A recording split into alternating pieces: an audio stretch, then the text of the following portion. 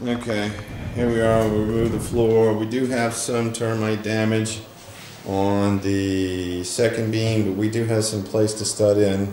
Just to give you a reference, this is Esplanade. This is the front egress. The third beam is a little compromised on this side.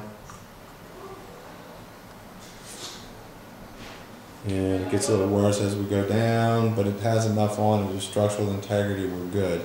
What we did is we were able to leave these studs in here so we can save on cost on the other end. We did have to take the sheetrock out on the other side because it was all molded, and you'll see that in the pictures. The 1, 2, 3, 4, 5th beam is in real bad shape. And that's this one that I'm zooming in on now, and my battery is ready to die once again.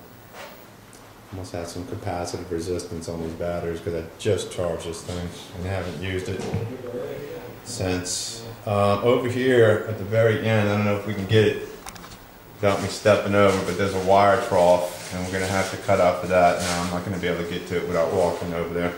But that last beam up against the wall is in horrendous shape, and that makes sense because that's where the water intrusion came in under the door, and you can still see daylight coming in where these cracks are, like right there. Also, we're gonna have to make a supplemental claim with your insurance with all this daylight that we have in here now with the curtains gone.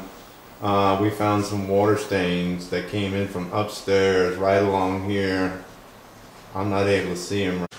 Okay, well, sure enough, my battery did die. We are going to need to open up the other side. We're going to have to remove some more of this. I'm sure Jamie's going to request that or demand that in his scope to get to the other side of that beam if he's still going to go with the sandwiching. I'm standing over some beams now, so we got a better shot of the beam up against the Esplanade wall. And you can see now where also all the electrical cable is coming in, where the beam is notched out. And there's a whole wire trough that goes up underneath here and then goes under some sheetrock. You have pretty good structural integrity inside the bricks here, except for this one beam, which is the 1, 2, 3, 4, 5th beam, and the 3rd beam. So those are going to need to be looked at by Jamie, and he'll come up with scenarios for that.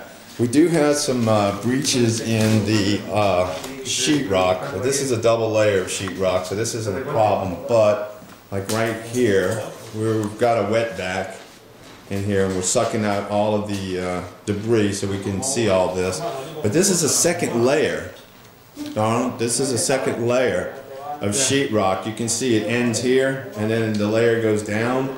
So that's maybe not a problem. I don't know why they have a second ceiling in here. So that's probably not a problem. But anyway, you can see what we did with the leaving the studs in again and leaving the electrical intact, so we were able to save on that. And there's nothing wrong with this wood. We did find you'll see in the pictures on top of this fire blocking, which is these horizontal pieces of 2x4s in between the wall studs. We found tons of material of termite pieces of wood, but what it had fallen from the top sill at the top of the wall when somebody had dug in from the top and removed and replaced those pieces of wood. I'm going to, I don't know if I can get up in there and see, but you can see Jamie was right and we were right that these beams are continuous across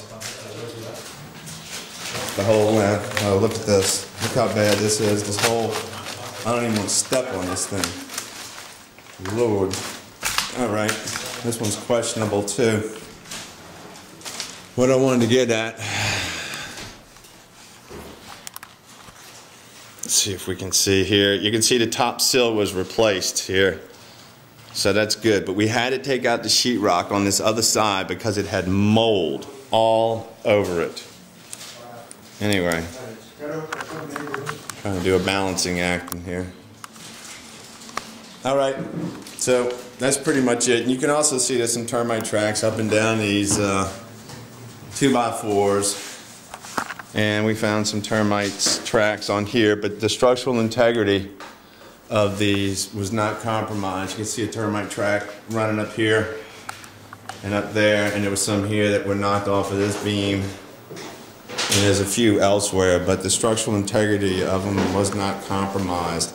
So these can stay, and we'll have to take out this electrical in order to put the beams in and take out that electrical. That electrical is abandoned. It looks like old, possibly telephone wiring. And we may be able to leave this wiring in, may not. It depends. Jamie will come up with that scenario as far as whether we're going to be able to get these beams in. And the beams are called LBL beams. They're a composite laminate beam that he's talking about sandwiching. All right, that ought to do us. And right now, like I said, we got this big industrial wet vac in here, and we're going to be sucking up all the debris in here and getting rid of it so none of this falls down on Miss Evans. And we did along the wall, the brick wall, when we took out this one, she did get some debris.